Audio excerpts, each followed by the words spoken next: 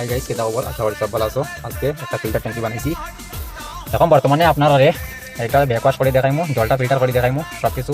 ভিডিওটা একটু লম্বা হইব, দেখে দিবা। নতুন বোরিং করছি, নতুন ফিল্টার বানাইছি।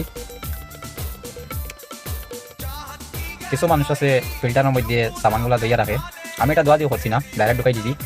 ব্যাকওয়াশের লগে সব বাইরে দিব, যত ময়লা তা সব বাইরে দিব।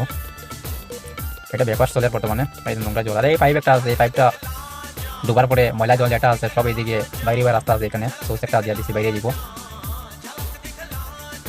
এটা জল ফিল্টার হওয়ার লাগে, জল ছাড়িয়ে এইরকম জল করবো। এখানে সব সোর্স আছে। ও একটা সোর্স দিয়েছিলাম, পাইপ একটা দেখলাম, এই পাইপটা সোর্স দিলে ময়লা জল সব বাইরে করে দিব। এরকম দেওয়াটা ভালো, যেমন ট্যাঙ্কিটা বেশি জল হওয়ার পরে বোঝা যায় এটা ময়লা কম গেছে। সিম্পল একটা দেখাইলাম, ফিল্টারে দেবো। এই ময়লা জল যেটা আছে এটা, এই ময়লা জলটাকে ক্লিন হয়ে বাড়া দিতাম।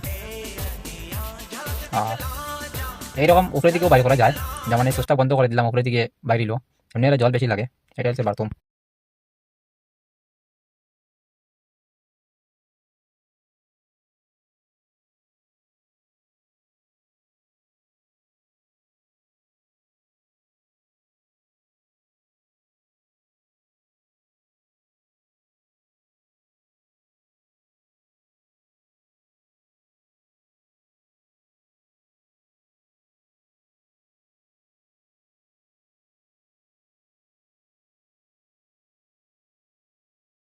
বাথরুমে জল ছাড়িয়ে চেক করলাম কীরকম হয়, সব ঠিকঠাক আছে নি, সব ঠিক আছে।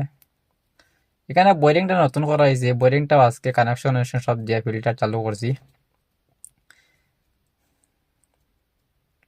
বোরিংটা বানানি বেশি দিন হয়েছে না, ফিল্টার ট্যাঙ্কিং সব ওকে হয়ে গেছে। এখন বর্তমানে যেরকম আছে এরকম সোর্সটা সব রইব। ফিল্টার অটোমেটিক সোর্স দিবা, জল আইব, ফিল্টার দিব, খাওয়া যাব, কোনো অসুবিধা নেই। আয়রন ময়লা কিছু রইত না, একদম পুরা ক্লিন। এরকম কেউ বানাইবার হলে যোগাযোগ করে, কন্ট্যাক্ট নাম্বার দেওয়া আছে। আর এই দেখো আপনার ফিল্টার জল। ট্যাঙ্কিটা একটু গোলাম গোলা লাগে, কিন্তু ট্যাঙ্কিটা একটু পুরানা ট্যাঙ্কি আছে, ময়লা আছে, এটা লাগিয়া জল ক্লিন আছে একদম। এই দেখো গ্লাসও লইলে বোঝা যায় জলটা কিরকম আছে করিয়ে। আমি গ্লাসও লইছিলাম, কিন্তু এটা দেখাইছি না, এটা একদম ক্লিন। এটাও পুরানা ট্যাঙ্কি, এটা বহুত 15 বছর আগর ট্যাঙ্কি। এটা জল একদম পরিষ্কার, একদম ট্যাঙ্কির কারণে কিছু গুলা লাগে, জল পরিষ্কার।